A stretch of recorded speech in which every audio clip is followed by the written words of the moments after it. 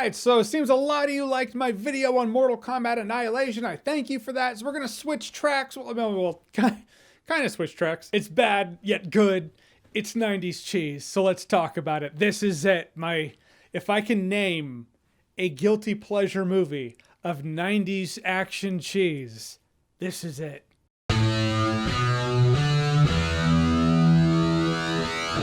Street Fighter, the movie. This is one of those movies that's worth a thesis, you know? I could talk about this movie forever. But this is it. This is one of my favorite guilty pleasure movies. I just watched it recently, and it is indeed a guilty pleasure movie. Not necessarily gonna nitpick, but just gonna pick a few things to illustrate why I feel about Street Fighter the movie, how I feel. So Street Fighter the movie is another one of those movies that I talked about in my Mortal Kombat Annihilation review. One of those video game adaptation movies where they were like, well, we're not gonna necessarily adapt the video game. We're just gonna make another movie, throw some video game characters in it. Hopefully we have something that kind of resembles the video game, but not really. Because here's the plot of Street Fighter the movie. A power-mad dictator is taking hostages. He wants $20 billion or he's gonna kill the hostages. So the AN, which is this movie's version of the UN, led by a colonel and a couple of hustlers that he gets to work with them, they're gonna go in there and hopefully save the hostages. Street Fighter. Yeah, if someone told me the filmmakers of this movie didn't play the game, I'd believe it. Looks like they were like, well, Street Fighter doesn't have a story, which if they played Street Fighter, they'd know there is a story. But other than the plot, you see that in the characters. Guile's a military guy, fair enough. He's a colonel in here. They promoted him for the movie, I guess. Good job, you totally nailed Balrog's Widow's Peak. Also, he's Chun-Li's cameraman. Makes sense. Ken and Ryu are a couple of hustlers. There's that Ryu moral fiber we all know. Here's my favorite. Dalsum is a doctor who creates Blanca. Blanca is going to be a super soldier for Bison via Captain Shadaloo super soldier thing they got going on. Also, Blanca was a guy named Carlos Blanca, who is also Guile's friend Charlie. Still, I profess and I make the argument better than Legend of Chun-Li. This guy walks through the raindrops. It just is. But hey, at least I got all the wind poses down. There's that. The movie is just, it's littered with cheese. But it owns its cheese. I mean, yeah, in a world where if you wanted to nitpick the shit out of this plot, you could totally do that. Whether it be that scene where guns are toys, I guess, and what were they gonna do? Did they think they were real? The movie's executed like, oh, they think these guns are real guns. They turned out to be toys. What, were they gonna just splatterhouse these guys right then and there with guns, with barrels that are that big around? Like, those rounds, they had to have thought they were grenade rounds, explosive rounds of some sort. What, they were just gonna stand that close and annihilate these guys? Is that as dumb as Guile just laying there in the morgue waiting for Chun-Li to come find him? I mean, yeah, that's stupid. The movie is funnier than you would think a Street Fighter movie would be, but it just feels like it's at home in its place in the mid-90s. Not that it all mixes well all the time, considering at some point in the script read, someone was like, okay, and then Ken and Ryu walk in, and E Honda and Balrog capture them because they think they're bad guys, but Ken and Ryu are actually good guys, and then Ken, when he's getting choked, says, we're on the same side, and they think he says, we can lead you outside, and that's why they let him go. I mean, let's not try.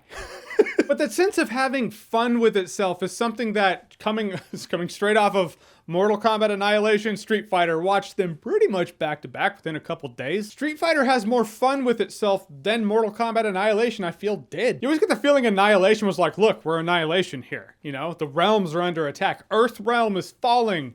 There's no time to have fun with that. Come on, we gotta take this seriously. Also, any of the jokes in that movie were just delivered in a way that fell flat. I've seen better. Don't sweat it.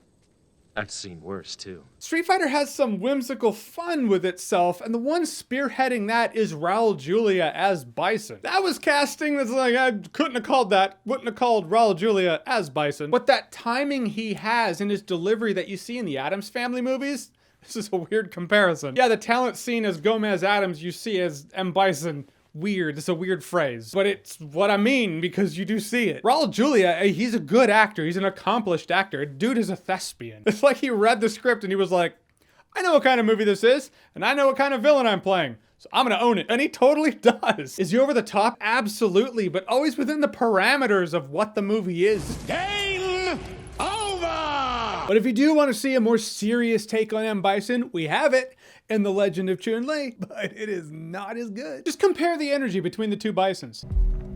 17 years, 4 months, and 6 days.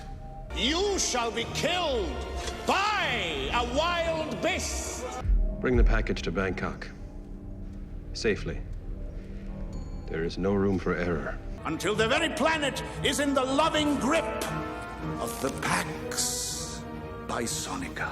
Now, I understand they're going for two very different things, very different vibes, but the lesson here is just don't be boring. And Raul Julia's Bison is anything but that. In fact, the shadow he casts is so big and so vast that I haven't even talked about Van Damme. And I don't feel the need to talk about Van Damme. Van Damme in this movie is Van Damme. And for the entire movie, he's entirely in Raul Julia's shadow. He's the perfect cheesy 90s action movie villain. He's fantastic. Also, and I feel like anybody who talks about this movie, they talk about that line. You know the line. The greatest burn response ever. When Chun-Li spills her heart with Bison, he's mixing a drink while she's talking about this moment when she was a child that he came into her town and killed her father. And his response is, "I'm sorry, I don't remember any of it." And when she says, "You don't remember?" he goes, "For you, the day Bison graced your village was the most important day of your life. But for me, it was Tuesday." It's amazing. It might have been the thing that made me go, okay. Yeah, this is fun. Oh shit, I'm putting this video up on Monday. I should have made it Tuesday.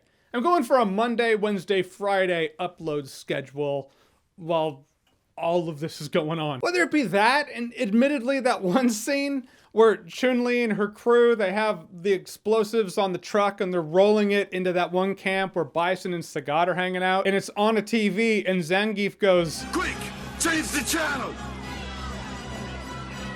I don't know. It's so stupid, but it works for this. It's ridiculous. Bison actually has a couple of good burns in this movie. Like when he addresses Sagat. I guess you didn't see that, did you? Some stuff does make me roll my eyes. I mean, some stuff. Like the Capcom logo on the barrel lid, the Street Fighter arcade stick on Bison's floating desk. And in the end, that's Street Fighter for me. Do I wish they'd made a live action Street Fighter movie that was like Street Fighter? Yeah, but it feels more like Street Fighter than Legend of Chun-Li does. It's a bad movie that has a cheesy, endearing quality to it. I do think a large part of it, if not possibly the sole part of it's because Raul Julia is M. Bison. If he wasn't M. Bison, if we just got someone else, this movie would not be as memorable or fun in its own way as it is. Raul Julia as M. Bison is a classic case of one actor and one performance that makes a movie watchable. Cheesy, bad, fun, whatever you want to call it, it's all on him. He's the one thing in this movie making it work at all. I do think Brian Thompson as Shao Kahn in Mortal Kombat Annihilation tried to pull something like this off. He tried to be that over-the-top villain like M. Bison, which does show how much talent one has to pull that off. In a way that's still in the confines of the movie, not stepping out of it, you're not ruining the movie, you're actually elevating it and enhancing it. That's tough, and Raul Julia did that in this movie. This is actually the movie of the rating's sake, the namesake of the rating. When I came up with the rating, A Good Time If You're Drunk, I gotta believe I thought of Street Fighter the movie, enjoying its cheesiness with some drinks along the way. Because Street Fighter the movie is a good time if you're drunk. Like lightning! Let's be honest, Guile has an epic speech. But they'll never take our freedom! But it is not this day! This day we fight! Now, who wants to go home? And who wants to go with me? All right, so Street Fighter the movie, have you seen it? What did you think about it? Do you hate it? Do you love it? Is it a guilty pleasure movie? Is it just a guilty movie that's guilty of not being good? However you see it, whatever it is, whatever you think, comment below, let me know. And as always, if you like what you've seen here and you want to see more, click right here to see more.